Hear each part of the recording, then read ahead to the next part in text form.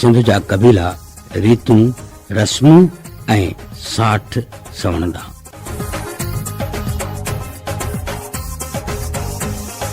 ॿार जे सिरजण खां वठी ॼमण ताईं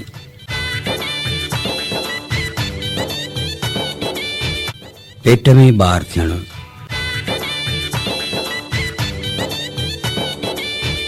पुट धीअ जे उबतड़ ॼमंदो आहे, यानी धीउ सईं ॼमे ऐं पुट ऊंधो ॼमंदो आहे। जॾहिं कंहिं औरत खे अॻु वारे वियम में धीउ ॼाई हूंदी तॾहिं ॿिए वियम खां अॻु खेसि ज़रूरु कंहिं नर जानवर या पखीअ जो गोश्त खाराइनि, छो त चवंदा आहिनि त वियम खां अॻु जे नर जानवर जो गोश्त खाईंदी त पुट ॼणींदी, जे मादी जानवर जो गोश्त खाईंदी त धीउ ॼणींदी।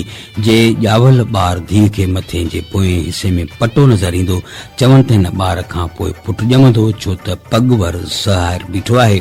चवंदा त कारो नांग पेट वारी ज़ाल खे ॾिसंदो त ऊंधो थी पवंदो, लहर करणु बंदि करे आहिस्ते आहिस्ते कुरूंडड़ो थी पइजी रहंदो।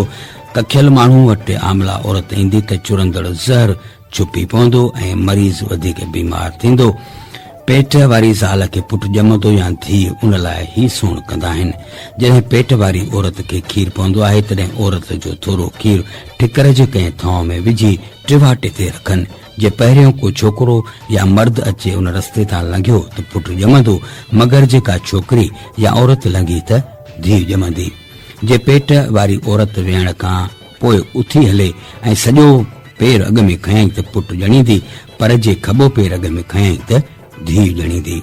ॼावल ॿार सां रोजराड़ो कयो त मथां जेको ॿार ॼमंदो सो मट थियल हूंदो, यानी पुट ॼावल हूंदो त उन खां पोइ धीउ ॼमंदी, ऐं जे धीउ ॼावल हूंदी ऐं उन रोजराड़ो कयो त मथां पुट ॼमंदो। धीउ खे क्यारीअ खां पटो नज़र आयो त पुट ॼमंदो, यानी उहो पटो पगवर लेखियो वेंदो आहे।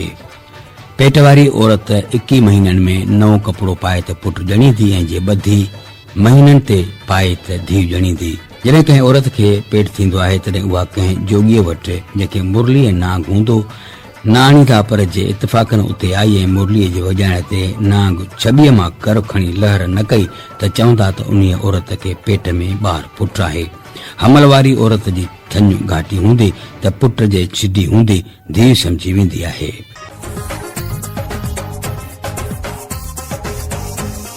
सिलसिलो हुयो सिंध जा कबीला रीतूं रस्मूं ऐं 60 सवण।